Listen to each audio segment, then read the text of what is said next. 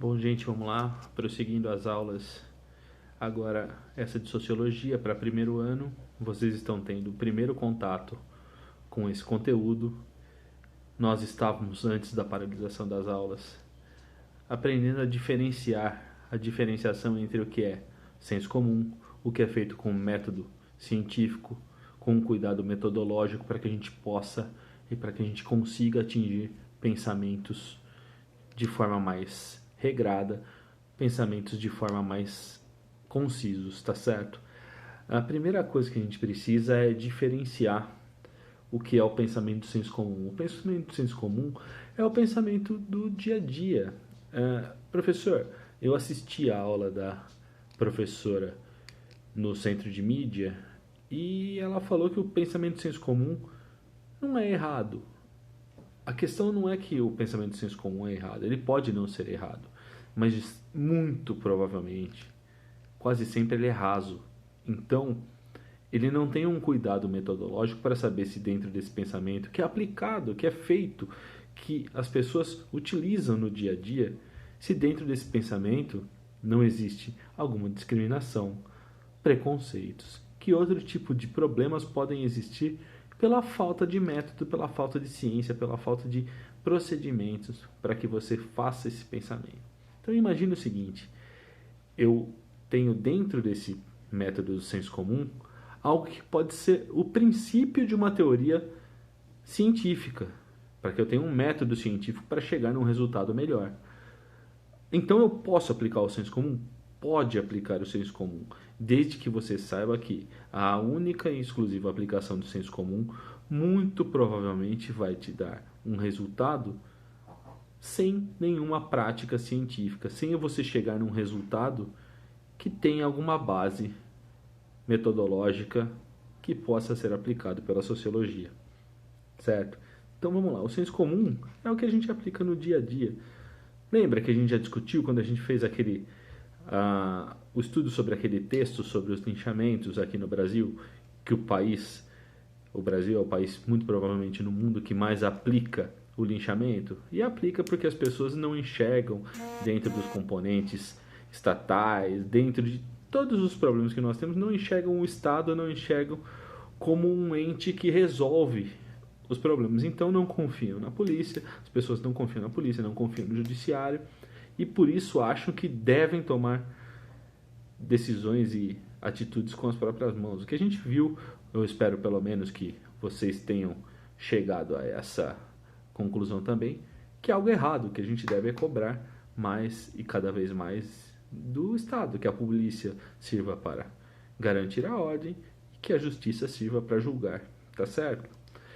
Bom, então, sabendo que a sociologia é uma ciência humana, uma ciência social, por que então eu tenho que estudar o pensamento do senso comum?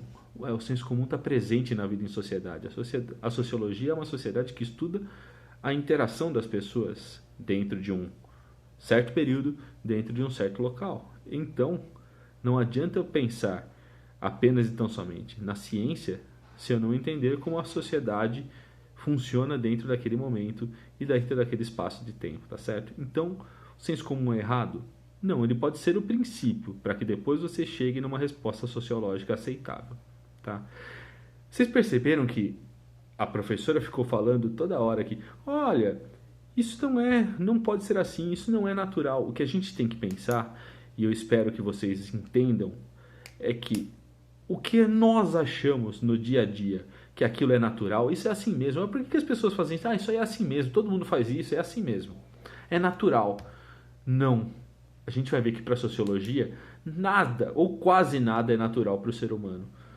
Só é natural para o ser humano algo que todo ser humano em qualquer lugar do mundo faça, desde que isso seja automático e da sua natureza. Por exemplo, o que eu sempre falo em sala de aula, e vocês lembram, só é natural para o ser humano o fato de se alimentar. Só é natural para o ser humano ter as suas necessidades fisiológicas. Só é natural para o ser humano o ato de dormir. A alimentação, então, é algo que é natural do ser humano? Sim. O ato de se alimentar, sim. O ato de se alimentar de algo, não. Mas como assim, professor? Olha, todo ser humano precisa comer, tá certo? Todo ser humano precisa se alimentar. Mas se alimentar do quê? No Brasil não tem um tipo de alimentação, no Japão outra, no Peru outra, na Rússia outra, na Bielorrússia outra. Então, o ato da alimentação é natural para todos os seres humanos do mundo. Todos precisam de alimentação. O que vai ser consumido aí já é diferente, já é culturalmente ensinado e aprendido por todos os seres humanos. Então aí já faz parte da cultura de um país. O que o ser humano faz, então, em uma sociedade e não faz e faz de forma diferente em outra, é culturalmente ensinado e aprendido. Cada sociedade tem as suas particularidades. Então, dentro de uma sociedade, você tem pensamentos e comportamentos diferentes de uma outra sociedade, tá certo? O que nós vamos estudar e muito na sociologia no primeiro ano, principalmente nos 3 primeiros bimestres, é a cultura, o quanto a cultura muda as sociedades, o quanto ela é fonte de mudança da sociedade e quanto ela é diferente em cada sociedade. Nós vamos ver que a cultura une os seres humanos. Como assim, professor? Todo ser humano tem cultura. Ah, professor, então eu tenho uma cultura e o meu colega aqui da mesa do lado, da carteira do lado, na sala tem uma outra cultura? Não. Não existe uma cultura de um único ser humano. O que existe é cultura de um povo, de uma região.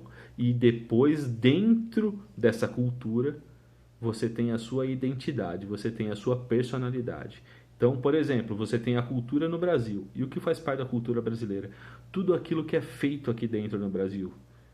A cultura gastronômica, tudo que é feito de forma a se alimentar, a alimentar um ser humano que mora aqui no Brasil ou que está de passagem aqui no Brasil. A alimentação do Rio Grande do Sul é igual à alimentação do Amazonas? A alimentação do Pará é igual à de Santa Catarina? Não, você tem componentes regionais completamente diferentes, mas fazem parte da cultura brasileira, tá certo? Cultura de um único ser humano, então, não existe. Mas também não existe ser humano sem cultura. O que existe é a cultura de um povo, de um país, de uma região, tá certo? E depois, dentro da cultura de um país, o exemplo que eu dei foi da alimentação, nós podíamos pegar da música também. Dentro dessa cultura, você escolhe aquilo que vai fazer parte da sua identidade, da sua personalidade, aquilo que te representa, que te agrada, tá certo? Uma coisa, a professora falou sobre um poema de um inglês chamado John Donne. Esse cara tem na minha visão, eu sempre utilizo esse poema em sala de aula também.